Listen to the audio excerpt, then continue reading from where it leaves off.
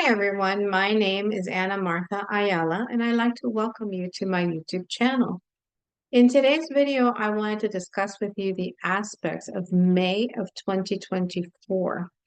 Now, May marks the first month where the outer planets start to go retrograde. That's why I informed you guys a couple months ago that your best months to initiate something would be February and March. So May 2nd, we have Pluto in Aquarius going retrograde. So Pluto is at 2 degrees Aquarius. It will go retrograde back into Capricorn. And this is the last time that we will see in our lifetime Pluto go back into Capricorn, because this won't happen again, thankfully, right? For 250 years, Pluto will not go into Capricorn. Now, on October 11th, it goes direct at Capricorn 29 degrees, and then the Cappies can jump for joy because Pluto is done with them. And then Aquarius, you have my blessings because Pluto's transit is not easy. May 7th, the new moon at 18 degrees of Taurus. Now, the moon is exalted in Taurus, and this new moon is very well aspected. So this would be a great new moon to start something. But remember to always wait for the first sliver of the moon. Do not initiate anything when the moon is dark.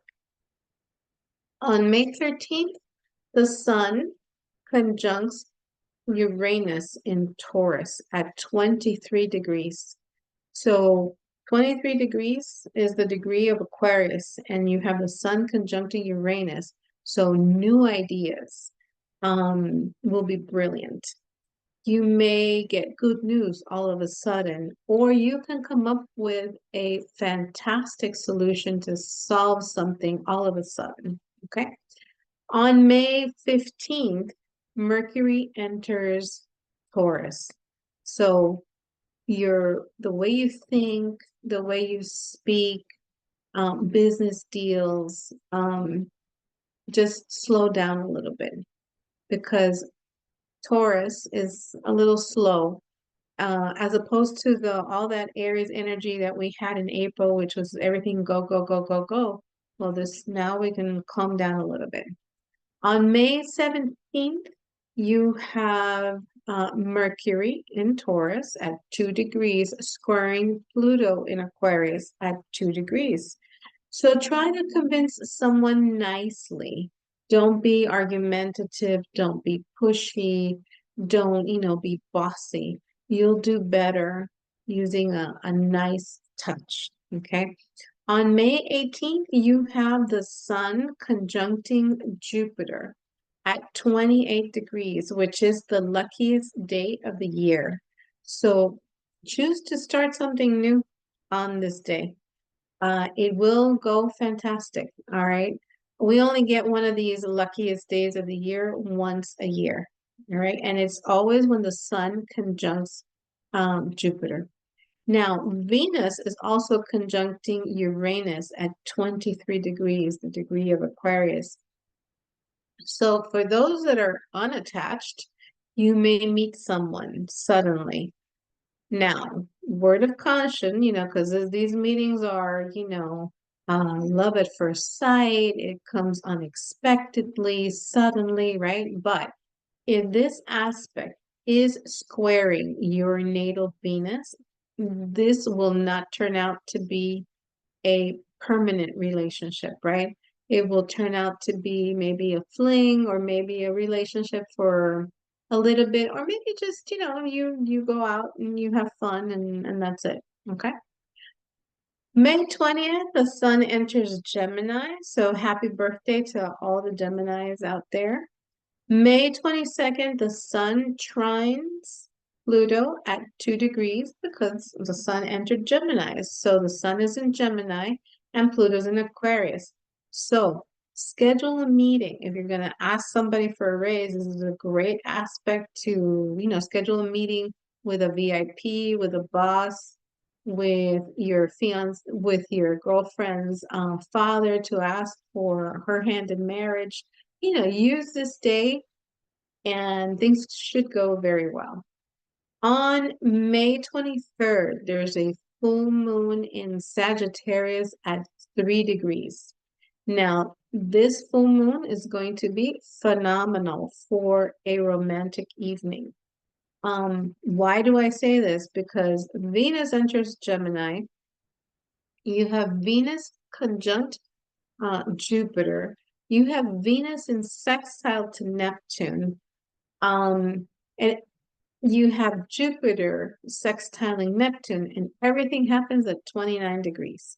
Okay, so Venus conjunct Jupiter at 29 degrees, Venus sextile Neptune at 29 degrees, Jupiter sextile Neptune at 29 degrees. 29 degrees is the degree of Leo, so we're talking about romance. So break out the candles, make a romantic dinner for your spouse, surprise them. It will go very well. On the 25th, Jupiter enters Gemini until June 9th, 2025. This benefits, obviously, Gemini risings, Gemini suns, and it benefits wherever your Gemini house lands in, right? So it is beneficial or more beneficial for the air and fire signs.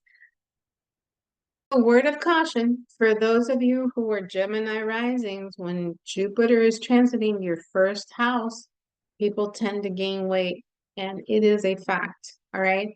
So to kind of alleviate this, you should get a pendant, a blue pendant, with a horse. Both things represent Jupiter, the color blue, and also the horse, because Jupiter rules horses. So, like I said, air and fire signs will benefit the most, all right, because it's a trine to the air houses and it is a sextile to the fire houses.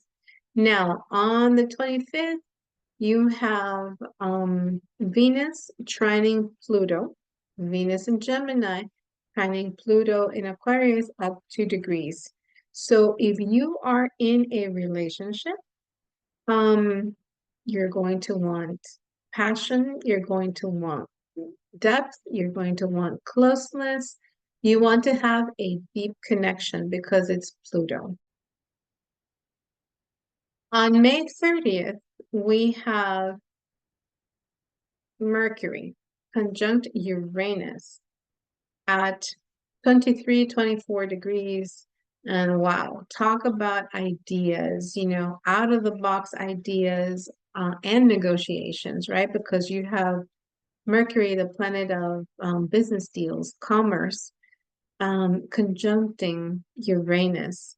And these ideas and these things will come out of nowhere all of a sudden.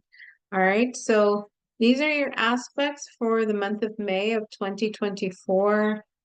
As always, if you have found this video helpful, please subscribe to the channel, give it a thumbs up, and send it to somebody who might also benefit from this information.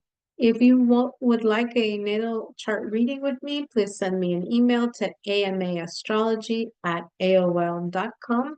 And as always, I'll see you in the next video. Thank you so much for tuning in.